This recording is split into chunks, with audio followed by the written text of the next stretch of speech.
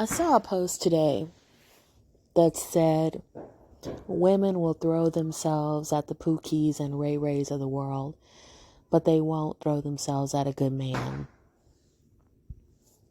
Now, of course, almost any statement that you make about women or men will be true for a small percentage of people. So, of course, there's truth in that statement. And the fact that there is truth in that statement may make some people just stop right there and not think any further about that statement. Because, of course, it's not true for every woman. And, of course, it's the opposite of what many women would do. But I want to explore this topic a little bit more and use my own life as an example.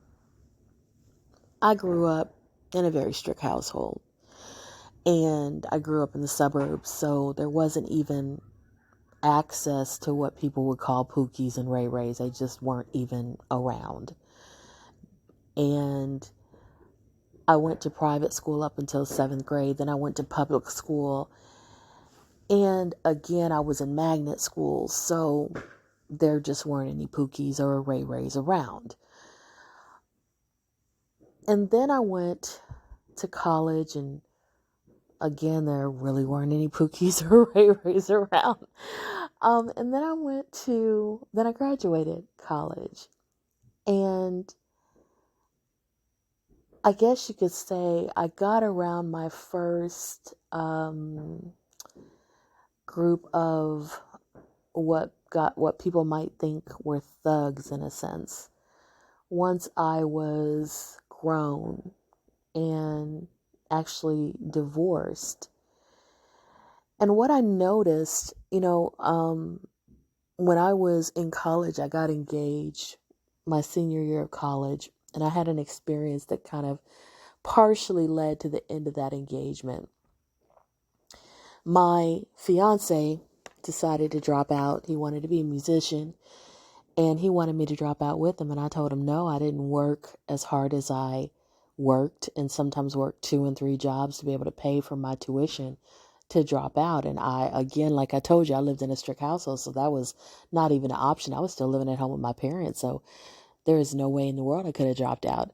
So I told him no, and he was very offended by that. And then later after that, while we were really on bad terms, but still together, we were walking to a Fellowship of Christian Athletes meeting.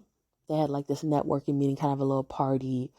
And we're walking across the quad, and this guy who's, big buff guy, my fiance kind of looked like a version of Eldebarge. So really, real pretty boy, slender, just slightly taller than me, probably 5'7".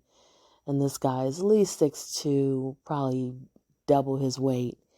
So this guy walks straight up to me in my path, stops in front of me, walks around me. Now I'm walking with my boyfriend, my fiance at the time, walks around me, looks me up and down, comes back in front of me.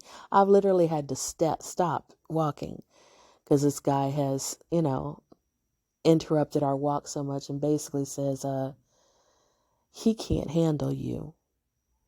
You need a man like me to take care of all that you got going on. And I know exactly what to do with it. And he was very suggestive in the way he was looking at me, and the fact that he touched my shoulder, tried to grab my hand, and I was expecting the guy was what to say something. And he said nothing. And so I told him, I was like, look, this is my boyfriend. Thank you for the compliment. I don't appreciate you being as disrespectful as you're being right now. We're on our way somewhere. Can you please step out of the way? And I literally had to walk around him and almost push him off of me because he was completely in my personal space to get him to quit. And I told my boyfriend something like, you weren't going to say anything once we got away from him and almost to the, area of campus where they were going to have the party, and he didn't have anything to say to me. But that one experience made me want a different type of guy. I still do love pretty boys, but I wanted a man with the edge. I wanted a man where if that ever happened again, I would feel like I didn't have anything to worry about, that this guy wouldn't just stand there and say nothing at all.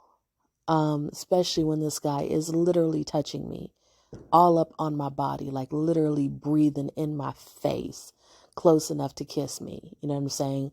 It was so over the top ridiculous. I couldn't even believe that it happened. But anyway, fast forward to later,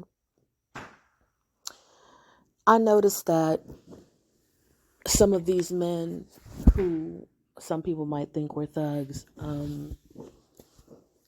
were very different than the guys that I went to college with. And, when a man says something about women throwing themselves at Pookies and Rayrays, it kind of makes me wonder. And I have some questions. Because what does Pookie and Rayray have that you don't? Is it because they smell better? Do they get more frequent haircuts or edge ups? Do they make her laugh? Are they more confident and secure? You do realize that those guys wouldn't make posts like the one that I started off with, about women throwing themselves at these other men. Do these Pookies and Rayrays take risks, or are they more accountable rather than making excuses like some of these posts make, or feeling sorry for themselves like some of these posts that these guys make? Are they fitter, these Pookies and Rayrays? Are they more mentally tough and resilient? Would she feel safer with them in a confrontation because they can fight, or they wouldn't stand idly by, or they wouldn't hide behind her? Are these Pookies and Rayrays more ambitious? Are they more street smart? Are they full of more common sense and more worldly experience? Do they have a car or a place of their own while you are still, quote, the good man, but you're living at home with your parents and riding the bus? Are these Pookies and Rayrays more romantic and less entitled? Because when these men make these posts about how women are passing up good men, I just hear entitlement. That's what I hear. Did these Pookies and Rayrays expect a challenge like the guy walking right up to me who was willing to face a challenge to get me? And they feel completely capable of dealing with that challenge and rising to that challenge, rather than thinking that this woman is supposed to be somehow impressed by their goodness. So I don't think women should be with thugs.